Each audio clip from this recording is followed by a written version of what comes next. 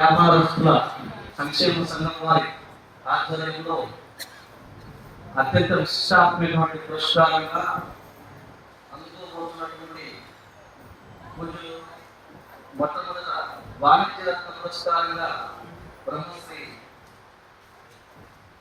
కాళ రామకృష్ణ ప్రసాద్ గారు, అలాగే వైద్యరత్న పురస్కారంగా బ్రహ్మశ్రీ డాక్టర్ కై సత్యనారాయణ గారు, స్వర్ణశిల్పి పురస్కారంగా బ్రహ్మశ్రీ పొడవు సత్యనారాయణ మూర్తి గారు, దానశిల్పి పురస్కారంగా బ్రహ్మశ్రీ అద్దెకి సత్యనారాయణ గారు, వీరు వారి యొక్క జీవన ప్రయాణంలో ఎన్నో ఒడిదుడుకులను సాధక బాధలను అధిగమించి వారి యొక్క రంగాలలో ఎందరికో సేవలు అందించినటువంటి వారి జీవన ప్రయాణంలో ఒక మధుర జ్ఞాపికగా ఈరోజు మిగిలిపోయేటువంటి వేదిక అని చెప్పడంలో ఆశ్చర్యం లేదు. పురస్కారం అనేది అంత సులువుగా వచ్చేటువంటి కారణం మనందరికీ తెలుసు. అదే సందర్భంలో ఈరోజు ఇదే విశ్వబ్రాహ్మణ ఉద్యోగ వ్యాపారస్తుల సంక్షేమ సంఘం వారి ఆధ్వర్యంలో వివిధ విద్యార్థులకి వారి యొక్క విద్యా ప్రోత్సాహక బహుమతులు కూడా అందిస్తూ ఉండటం ప్రశంసనీయము. ఇంతకు ముందే చెప్పారు, యావత్ ప్రపంచంలో వేదకాలం నుంచి ఇప్పటి వరకు కూడా ప్రపంచం అంతా కూడా ఒక గురుస్థానంగా చూస్తూ ఉన్నటువంటి దేశం ఏదైనా ఉంది అంటే అది ఒక భారతదేశం అని చెప్పడంలో అతిశయోక్తి లేదు, నాటికి లేదు. కారణం ఏంటి అంటే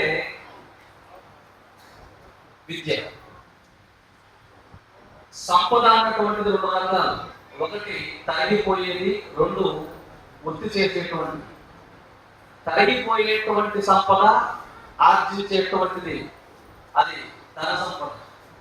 అదే తరగినటువంటి ఏ రోజు ఆ రోజు వృద్ధి చెందేటువంటి సంపద జ్ఞాన సంపద. అలాంటి జ్ఞాన సంపదలో ఋషుల పరంపరగా, అందుకే మనం వందే ఋషి పరంపర అని స్మరించుకుంటాం మన వారందరినీ కూడా. అలాంటి తరగనటువంటి జ్ఞాన సంపదను వేద కాలంలో ఋషులు వేదము రూపంలో, వేదం అంటే విత్ అని ధాతువు నుంచి విత్ అంటే జ్ఞానము అని ఋషులు మనకు సెలవించారు.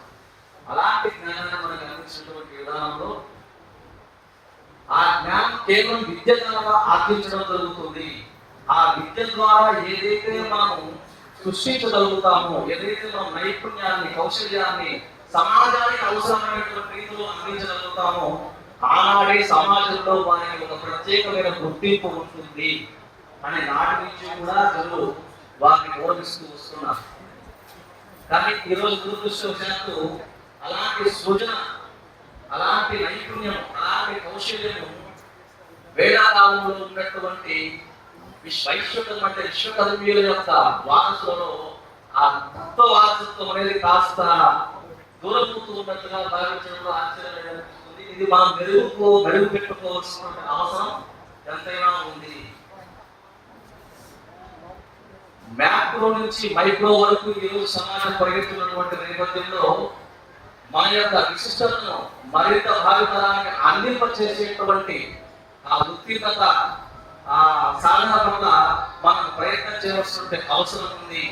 అది కేవలం ప్రస్తుతం ఉన్నటువంటి శాస్త్రీయత అంటే టెక్నాలజీ రంగంలో ప్రస్తుత సమాజానికి అవసరమైనటువంటి వాటిని అందించే ప్రయత్నంలో మరొక వారు, అందుకే వీరబ్రహ్మేంద్ర స్వామి వారు రచించినటువంటి సామర్శికులు వేదంలో ఒకటి చెప్పారండి, సకల జాతులకు సాధనములు కూర్చు, సకల జాతులకు సాధనములు కూర్చు, జాతివాడ వేద నీతియుతుడా శిష్య గణముతో సేవింపబడివాడ కాళికాంబ హంస కాళికాంబ అన్నారు. ఇక్కడ సకల జాతులకు అంటే ఇక్కడ జాతి అంటే ఒక వర్గము, ఒక వర్ణము అన్నటువంటి భేదం కాదండి. యావత్తు మానవ మనుగడకు అవసరమైనటువంటి వాటిని సమకూర్చేటువంటి వారు జాతి వార వేద నీతియుతుడా. అటువంటి వారు ఎవరు అంటే వైష్ణవీయులు. అందరితో ఆపలేదు స్వామివారు, శిష్యగణము కూడా సేవింపబడువారు అన్నారు. ఆ వేద జ్ఞానాన్ని ఆర్జించి వారిని ఆశ్రయించినటువంటి శిష్యులందరికీ కూడా ఆ వేద జ్ఞానాన్ని పంచి అనుగ్రహించి అలాంటి శిష్యులతో సేవింపబడినటువంటి విద్వద్వరేణ్యులు, అవతార పురుషులు, జగద్గురువులు శ్రీ వీరబ్రహ్మేంద్ర స్వామి వారు. కాబట్టి అలా స్వామివారు సెలవించినటువంటి నేపథ్యంలో మనం ఒక చక్కటి ఉత్తీర్ణమైనటువంటి సమాజానికి మార్గదర్శకులుగా, భావితరాలకు మార్గదర్శకులుగా మనం వెలగాల్సిన అవసరం ఎంతైనా ఉందని ఈ సందర్భంగా తెలియజేస్తున్నాను. ఇక్కడికి విచ్చేసినటువంటి సన్మాన గ్రహీతలైనటువంటి వారికి, అలాగే విశ్వబ్రాహ్మణ ధర్మపీఠం అయినటువంటి గౌరవ సలహాదారులైనటువంటి జవాహర్ ధర్మాచార్య గారు, వేదిక నమస్కరిస్తున్నటువంటి పెద్దలు, ఈ కార్యక్రమ నిర్వహణను నిర్వహిస్తున్నటువంటి అధ్యక్షులైనటువంటి శివశ్రీ గారు, విచ్చేసినటువంటి భక్తులను అందరికీ కూడా సర్వనాశకంగా ఆ శ్రీరంగ భగవానుడు మరింత ఆయన ఆరోగ్యాలను ప్రసాదించాలని ప్రార్థిస్తూ ఈ సందర్భంగా చిన్న విషయంతో మనం చేసి పూర్తి చేస్తానండి. యావత్ విశ్వ బ్రాహ్మణ సమాజానికి ఒక గురుపీఠంగా ఉన్నటువంటి క్షేత్రం ఏదైనా ఉంది అంటే మన ఉభయ తెలుగు రాష్ట్రాలలో శ్రీ వీరబ్రహ్మేంద్ర స్వామి క్షేత్రం కదిమలాయలు. అలాంటి వీరబ్రహ్మేంద్ర స్వాముల వారి మఠం, స్వామివారి సజీవ సమాధి కలిగినటువంటి మఠం. ఆ మఠానికి ప్రక్కనే తొలి తెలుగు యోగిగా కీర్తింపబడి, జనులచే జగదీశ్వరిగా ఆరాధింపబడి, స్వామివారికి జన్మతః మనమరాలే కాకుండా ఆధ్యాత్మిక వారసరాలుగా కూడా ఖ్యాతిగాంచి భూలోకమాతగా ఈశ్వరీ దేవిగా ఈ భూమిపై అవతరించినటువంటి అమ్మవారు ఈశ్వరీ దేవి మఠం కూడా పక్కనే సజీవ సమాధిస్తున్నటువంటి సన్నిధానం ఉంది.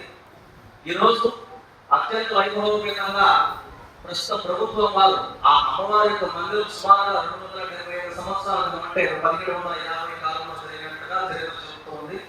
275 సంవత్సరాలు పూర్తయినటువంటి ఈ తరుణంలో కాల పరిస్థితుల్లో మందిరం భిన్నమైపోతూ ఉన్నటువంటి నేపథ్యంలో వాటి పునరుద్ధరణ సంకల్పంతో, అమ్మ అనుగ్రహంతో ప్రభుత్వం వారిని తీసుకెళ్ళడం జరిగింది. వారు చక్కగా సానుకూలంగా స్పందించి ఆ యొక్క మందిరం మొత్తాన్ని కూడా శిలా నిర్మాణంతో, శాశ్వతమైనటువంటి ప్రాతిపదికన శిలా నిర్మాణంతో నిర్మింప చేసుకున్నకు 3 కోట్ల రూపాయల ప్రభుత్వం వారు స్థానిక ఎమ్మెల్యే గారి సహకారంతో, ముఖ్యమంత్రి గారి యొక్క సహకారంతో, దేవాలయ శాఖ మంత్రి వారి సహకారంతో నిధులు కేటాయించడం జరిగింది. ఈ సందర్భంగా మా అందరూ కూడా సామాన్య భక్తులు, అమ్మవారి భక్తులు తరఫున వారికి ప్రత్యేక ధన్యవాదాలు తెలియజేసుకోవడం హర్షణీయం.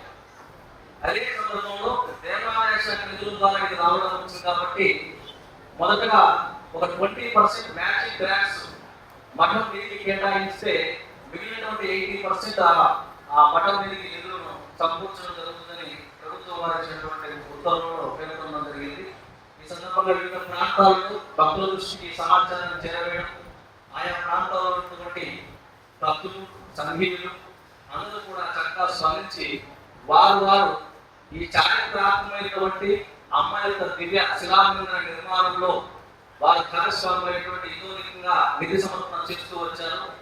వారందరికీ కూడా ఈ సందర్భంగా మరొకసారి ఆశీస్సులు అందజేస్తూ, వివిధ ప్రాంతాల్లో ఎలాగైతే రామ మందిరం మనకు సనాతన ధర్మానికి ఒక మూలంగా మన ముందు ఒక 10 రూపాయలు మనం భాగస్వామ్యం అయ్యేటువంటి అవకాశం మన దైవం అనుగ్రహించిందో, అలాగే ఇక్కడ మనకు మూలమైనటువంటి స్వామివారి తర్వాత ఉన్నటువంటి అమ్మ మందిరం యొక్క నిర్మాణంలో కూడా మన ముందు 10 రూపాయలైనా సరే మనం అమ్మ యొక్క మందిర నిర్మాణంలో భాగస్వామ్యమైనటువంటి ప్రయత్నం చేయవలసినటువంటి అవసరం, 10 మందికి తెలియజేయవలసిన బాధ్యత మనందరి యొక్క ఉందని ఈ సభాపూర్వకంగా తెలియజేస్తున్నాము. ఇచ్చేటువంటి భక్తులందరికీ కూడా సర్వనాశనంగా మరింత శక్తిని ప్రసాదించాలని ఆశిస్తూ శుభమస్తు.